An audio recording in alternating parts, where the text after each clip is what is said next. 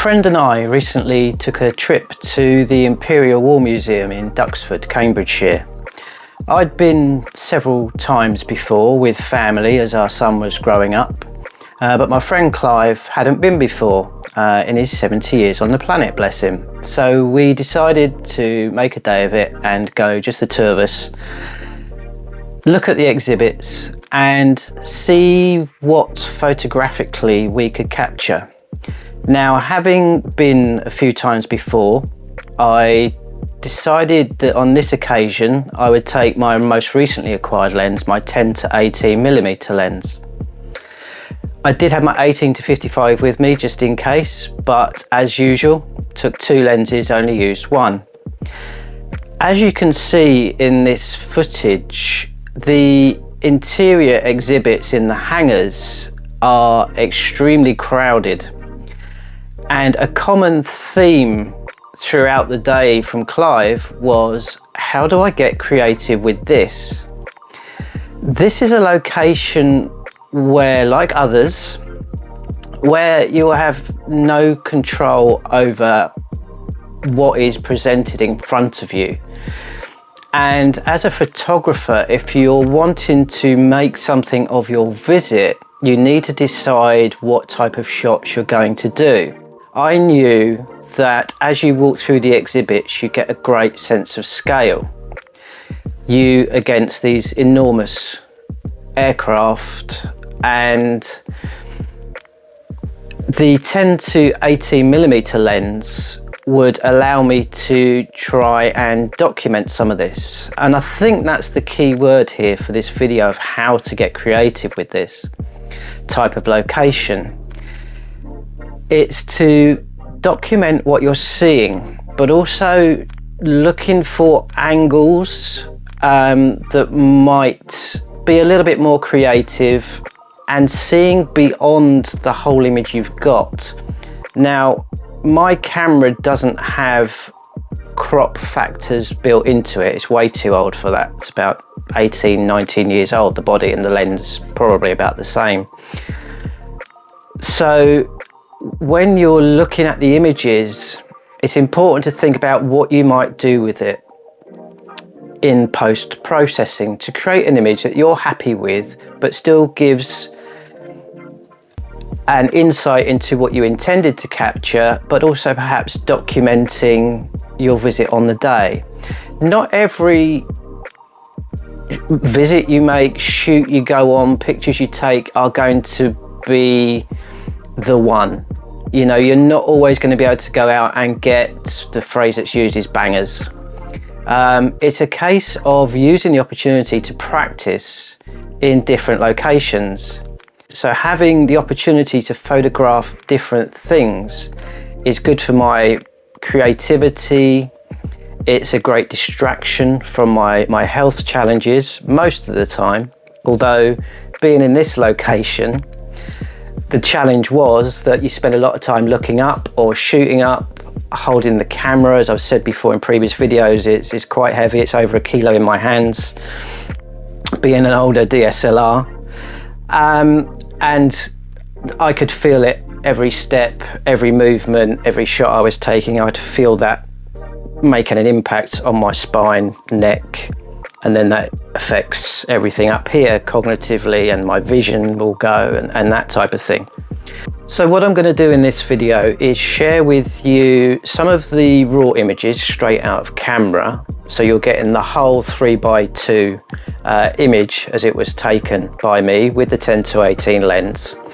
And then I'm going to show you the final image. I won't do this for all of them, just to give you an idea of my thinking around editing these images and seeing the final image once I see it on the camera.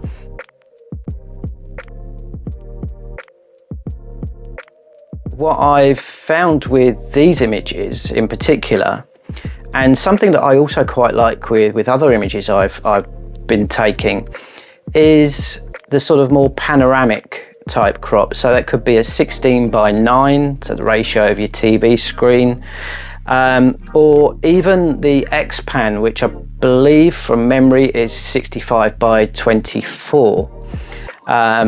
And these create something where you get a lot in width-wise, but you're narrowing down the top and the bottom.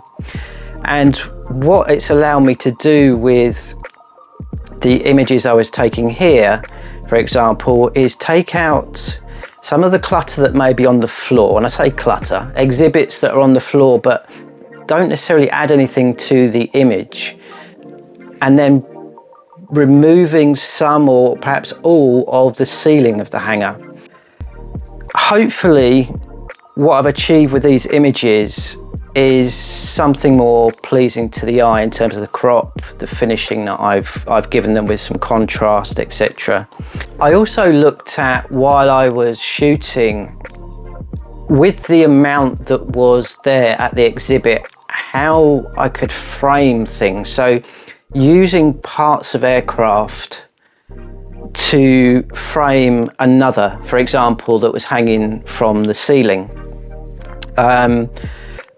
And just trying to create something a little bit more abstract, for want of a better word, or a bit more interesting. For example, looking through the wing of a B-52 up at a biplane in the ceiling to try and create an image, perhaps where a straight-on shot of just that plane, okay, it's a shot, but wouldn't have been as interesting.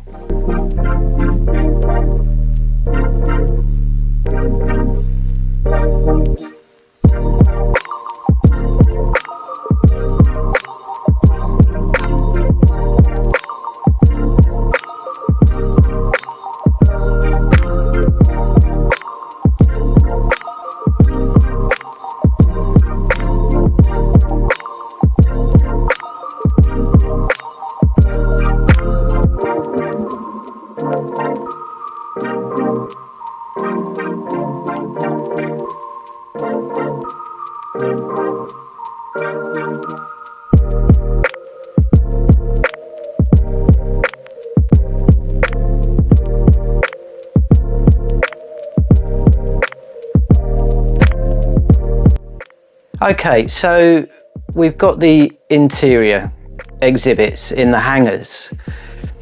There's also some active flying aircraft, if you're lucky, outside, a two-seater Spitfire and B-17 Flying Fortress.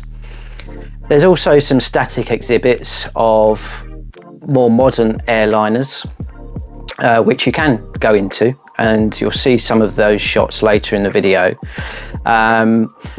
However, outdoors on this particular day was easier, I think is the phrase I would use. We were dodging thunder showers throughout the whole day. Great British weather, never know what you're going to get. What that did give us when the thunder showers had passed by was a fantastic sky with lots of feature, cloud, deep blue, and that type of thing. So we were very keen to try and make the most of that. And here's the images that I created with the two-seater Spitfire and the B-17.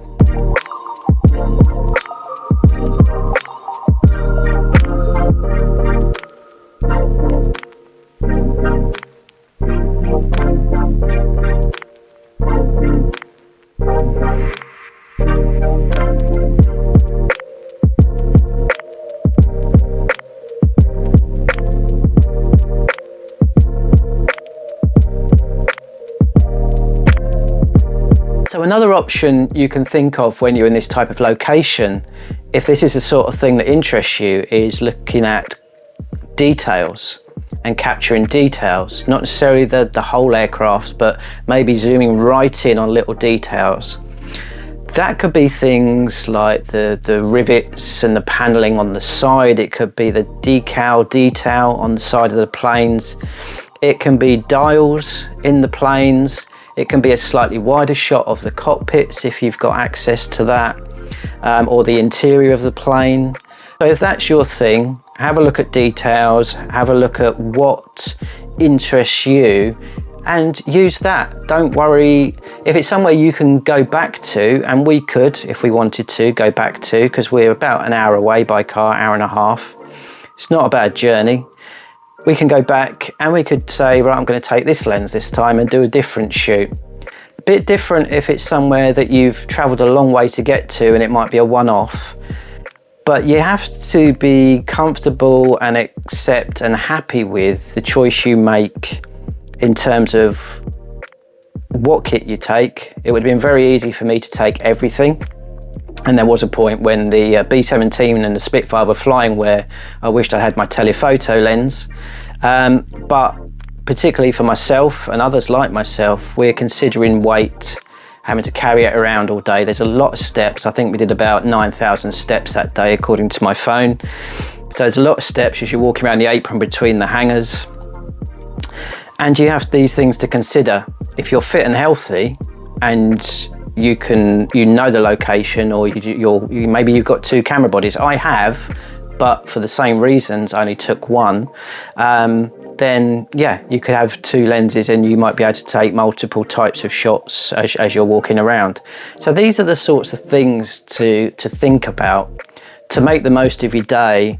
Well, I hope you've enjoyed the images and my explanation. I hope it's made sense with my brain fog. I've got some notes down here that I am referring to because it's been particularly bad lately.